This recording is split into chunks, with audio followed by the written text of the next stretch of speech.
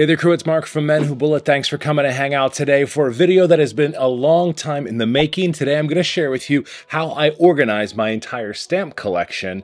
Been a long time fan of stamps, but after a while of a lot of fails and trying to figure out how to make this work, I finally found a solution that works. Today we're going to be going over how I store them, the materials that I use, how I'm labeling and organizing these, and how you can make sure that your stamps are organized so that, well, you can find them when you actually need them.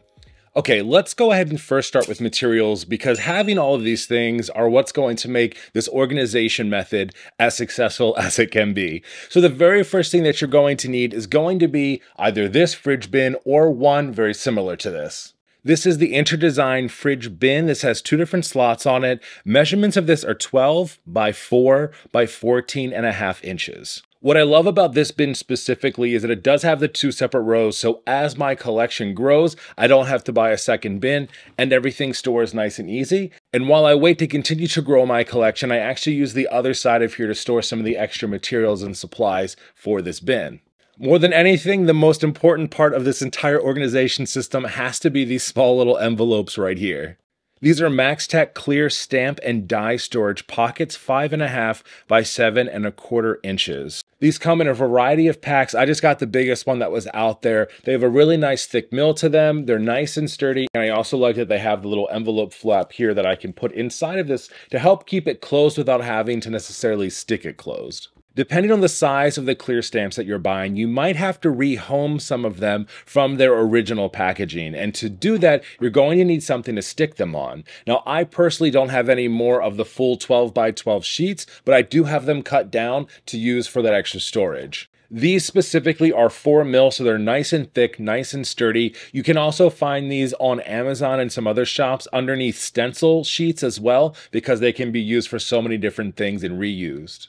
One of the most important tools that I have as a part of this, I've actually had this for a very long time, is going to be some type of label maker. This one here is my Dymo Letra Tag label maker. I've had this for a number of years. I absolutely love it. It has a lot of different options, sizes, formats, icons, so many great things. The tape is super easy to change as well just by lifting up this top, and you get a lot of different type of options out there, whether you're buying the Dymo specific labels or even some off brands as well.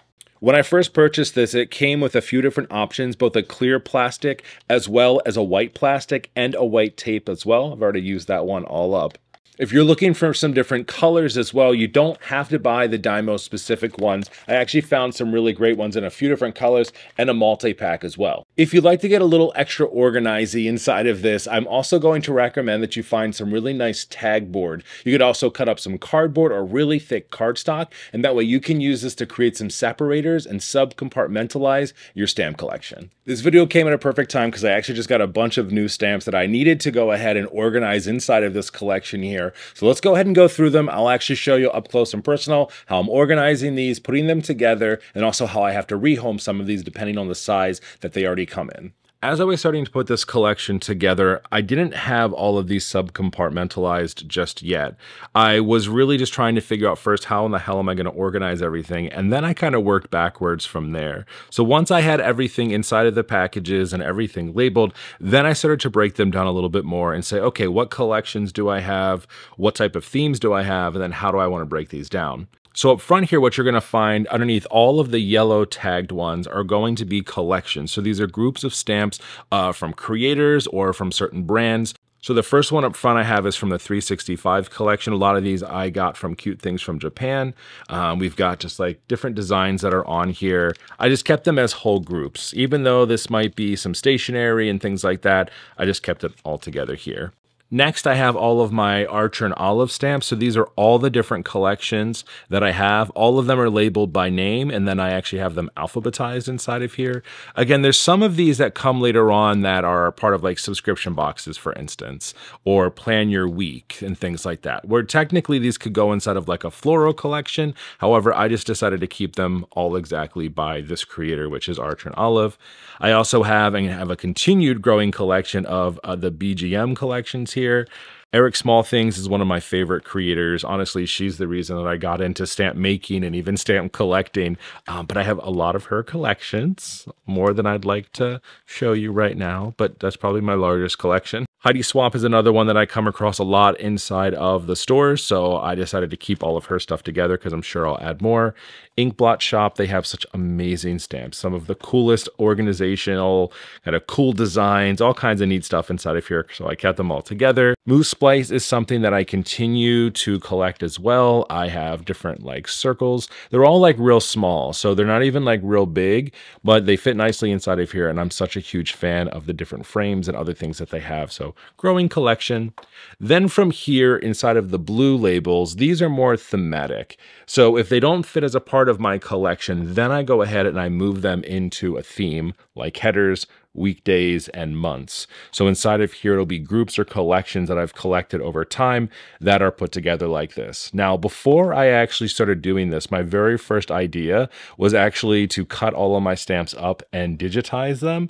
And that didn't work out too well. So they were all over the place. They were unorganized. So I've just started putting them together by this. So I have months by kind of groupings. There were so many of them. It was like January, February, March, and April. All of them go together. Then I have May through August. So some of them are just letters, and then some of them are more themed. So that goes all the way through the year. I also have a botanical section here. So these didn't really fit into a full grouping just yet. It might just be a one-off that I have, or maybe a handful that might just like have botanicals, but I don't have more than one of the creators, so I didn't want to make an entire theme for them. And then the rest of these are all alphabetical. So as we go here, I've got an A through E. So really what I did is I just organized them all first by groups. We've got arrows, we've got banners, barbecue, dividers, emoji icons, and I just labeled them all together. And then when I kind of went through it, I just started alphabetizing and saying, okay, A through E works for this. Okay, how many F through whatever is next? So things like finance, flowers, food, fountain pen and ink, gaming. I just have one thing there for gaming. But some other ones, Halloween, house, letters, things like that are in here. And then we'll go further back, M through S. So I have numbers, pinpoints, and flags and things like that. Plants, I didn't want to necessarily call these botanicals because the botanicals looked a bit different. So these are just succulents really more than anything. Sayings, signifiers, style. It was like an old stamp that I had. I probably never use those. Then we have T through Z. So I actually have one here from Tim Holtz. I actually just bought brand new one, so I think Tim is going to go ahead and move into my collector's organization here now that I have more than one from him. Really excited about that. Some trackers, just winter items, workout, all the way to Z. And then behind that, I just have kind of like an other. These didn't really kind of fit into anything, or they might just be some left ones. And then I actually don't have a die cut machine. I should get it, but some of my stamps came with die cuts, so I keep them back here. And then the rest back here is organized by the different 4mm plastics that I use. So I'll probably be using these today as we go ahead and set those up. And then back here, I have all of my extra envelopes too that I keep. So everything's here that I need, and we'll actually start using these now as we start to add to our collection. I have two main ways that I'm organizing everything inside of this collection. So the first is going to be anything that's going to be inside of one of these plastic sheets is going to have a very small label here. It's going to have the brand and then the name of the collection. And the other one is a much larger one, and these are going to be for my dividers. So currently I have them in 3 different groups. I have one that's in the yellow here. That's going to be for any type of collection. So more than one of a creator or a certain maker or a certain brand. I have these in blue. These are going to be much more for themes, so botanicals, headers, things along that line. And then I have my alphabetical listing here, and these will go just from A to Z. These are already done, so I don't have to ever make any more of these. And then here's all of the different stamps that I've got recently that I need to organize. Now, some of these are going to fit inside the envelopes just fine. Some of the other ones, not so much. Especially these really tall ones usually have to be rehomed. Some of these smaller ones that I just got recently from the dollar store will be great. And then here, another one from Tim Holtz that I might have to rehome. We'll have to see how this one works out. Let's actually start with the easy one because I don't have to do very much to make this one work. So this is going to be from the Splice stamps. These are from Moo Style. Really, really, really love these. This has become a big fan of mine. I have Desk Gems to thanks for the introduction to these. I love using them, and they're always nice and easy. So I'm just going to go ahead and stick these little guys together. Sometimes they come apart. It's just kind of what happens with these stamps. They're not necessarily made to always stick together once you start using them. First thing that I need to do here is I need to make sure that I have the right label inside of here. So I'm going to be using the white plastic. So this is a white background on it and will print in black. Whenever I'm working with this, I'm actually going to be setting my label maker here, the font, to the absolute smallest that we have here. Let me actually take out one of the move splice that I already have here. So this is going to be broken down into two pieces. The first and top section here is going to be the name. So it's going to be move splice. And then underneath insert, I can actually insert a second line. And then this is where I'm going to put the name of this specific collection here. All right, and the name of this one is Islands, and then I'll print. You're looking good. Once I have that backing off, I'm going to go ahead and make sure that the fold and the envelope flap are towards the back. And then I'm going to lay this here at the top left-hand corner. That's where I put all of the labels for the individual ones. Make sure that's pressed down really nicely. And then what I can do is just take that. It's going to slip right inside the envelope. It's small, it's going to go down there, that's totally okay. And then what I'll do is just fold the envelope flap inside. Keeps it all nice and stored. Even if anything comes out, since some of these are small, at least it'll be contained here and I'm not going to lose them on the floor. Okay, for our next one, I'm going to grab one of these. So I actually just got these from the dollar store. I didn't know this, but they sell a bunch of stamps and they also sell rub-on transfers now, which is pretty awesome. These will actually fit right inside of the envelope here without me having to alter anything at all. And it'll fit with the back panel as well, so you can see everything nice and clear. I actually have a total of 3 of these, so I was able to get some different ones, these cool birds.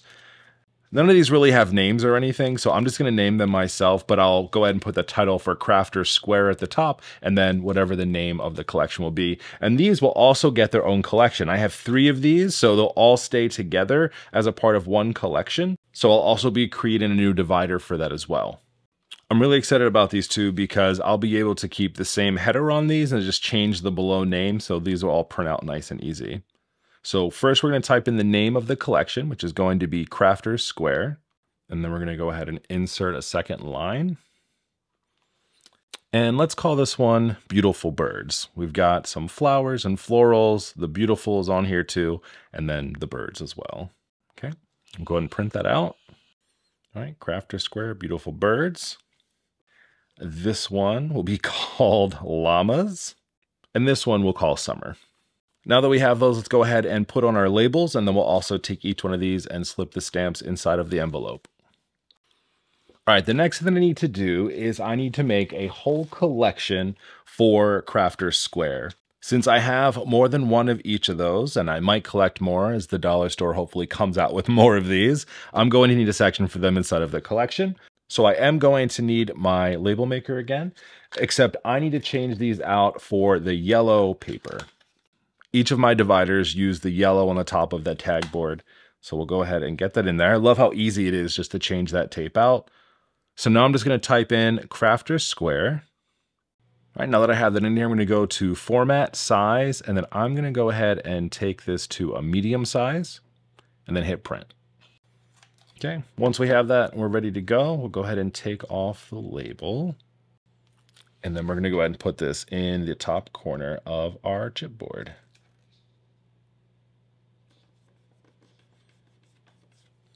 And then these will go alphabetically into my collection here as a brand new label.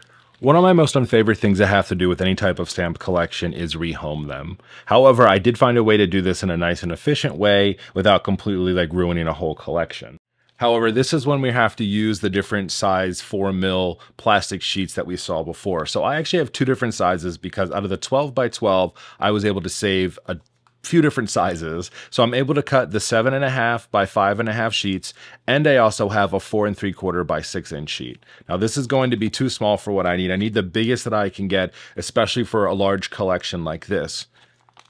This is going to work just like any of the other stamps where they come on a backing sheet, and then they have the top sheet as well. So you're going to need 2 of these pieces of plastic milled stencil paper to be able to do this. So unfortunately, we have to say goodbye to the one that it already comes with. I do get a little bit sad because you do lose the black print that's on the front of a lot of these, but in the long run, I'm okay with it because they're going to fit inside of my collection a lot better. This does become a little bit of a size and reconfigure and Jenga game when you're setting these on here because you want to make sure that everything fits. I don't think that I'm going to have too much of an issue because this was a long rectangle and this is a nice wide one. But I do want to keep some of the things organized together where I can. Keep all of these bugs and insects together.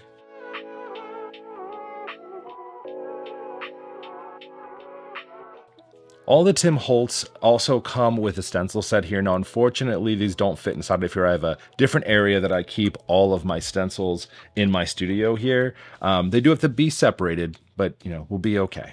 I'm going to take the other sheet of the plastic and then I'm going to cover this up. So now I have the front and the back that's on here with some extra space. They will fit snugly right inside of this envelope. So while it's not ideal to rehome these, it works a lot better in the full collection, and that way I don't have a bunch of different size things out there. So now that we have those in there, we have to make a new label for these. So I need to take out the yellow. I'm going to put back in my white paper. I'm going to change back my formatting while I'm thinking about it. We're going to go back to extra small. And I'm excited also to be able to create a new collection as well for a creator. This one has a really weird name. I'm not happy about it, but it is what it is. It's called Speckles and Honeycomb. I'm going to name it what the actual collection is called, even though it's like insects and field notes in my mind.